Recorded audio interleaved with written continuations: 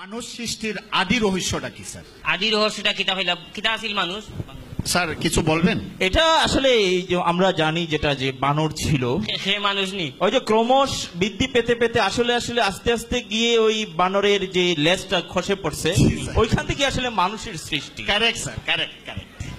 বান্দরে বান্দর সিনেমাটাও নৌকা স্যার কিছু বলছেন স্যার?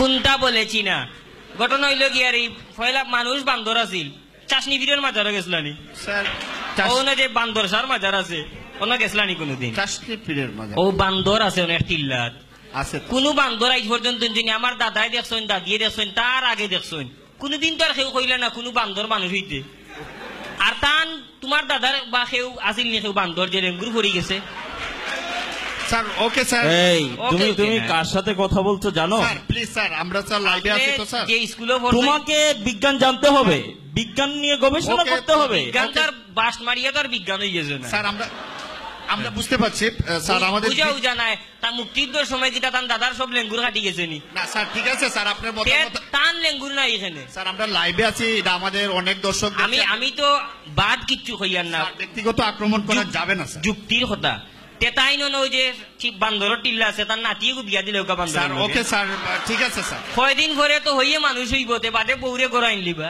আমার স্যারকে এই স্টিফেন হকিং কে জিজ্ঞেস করলে এটা পেয়ে যাচ্ছি। জি স্যার। ও নৌকা স্টিফেন হকিং বৈজ্ঞানিক আবিষ্কার করতে করতে এরান তান রোগ তেরা হলা স্যার তাই নিজেও তেরা আর মানুষের তাই গীতাই গাইবা স্যার ব্যক্তিগত আক্রমণ করা যাবে না। এই শুনো, স্টেপিং হকি তোমার বাপ না দাদা স্যার ইকান কইছি না ইগু তো হন তাকে তো শুনেন না আমার কথা শুনুকা শুনো, বিজ্ঞান কি করতে পেরেছে? তোমাকে বিজ্ঞান ডিম আবিষ্কার করতে পেরেছে জানো? প্রাকৃতিক ভাবে ডিম আবিষ্কার করছে, চাল আবিষ্কার করছে, এটা তুমি জানো না? এই রোবট আবিষ্কার করছে। আমি চীনে গিয়েছিলাম সেদিন গত মাসে এই 15 দিনের সফরে। তো হঠাৎ রেস্টুরেন্টে বসলাম, দেখলাম মানুষের আকৃতিতে একটা জিনিস আইসে আমাকে রেস্টুরেন্টে খাবার দিচ্ছে। আমি অবাক হয়ে গেলাম যে এটা মানুষ। স্যার ফাল দো স্যার লোকে মাইক গজে খুশি আচ্ছা আমার কথা শুনো পরে জানতে পারলাম এটা রোবট। ভাই। বিজ্ঞানীরা কিন্তু চিন্তা করছে কিভাবে রোবটকে অক্সিজেন দিয়ে মানুষ বানানো যায়। বুঝতে পারছো?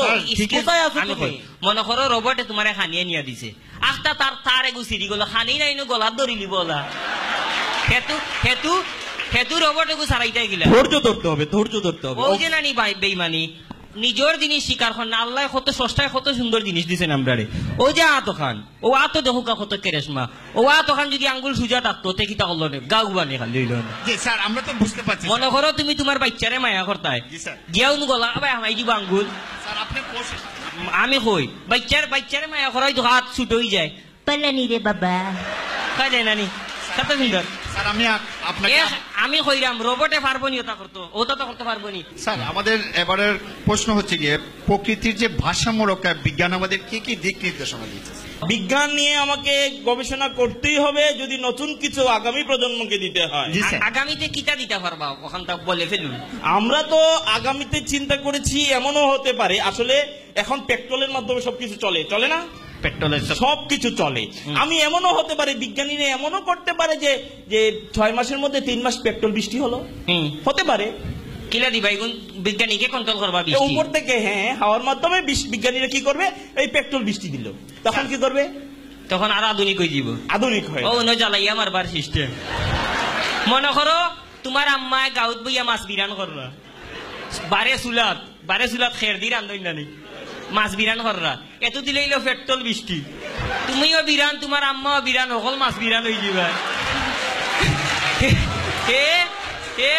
হে তাই মনে কররা আল্লাহ টানলা খান আরুয়া অকল জ্বালাই নিতা স্যার পেট্রোল বৃষ্টি দিলা মনে করো তোমার স্টিভিং হকিয়ে বিড়ি খাইরা করো বইয়া আর এতু পেট্রোলে ফুটা ফরি গেল বিড়ি সৌদানো টাইম জ্বলিয়া উঠকি হয়ে যাবা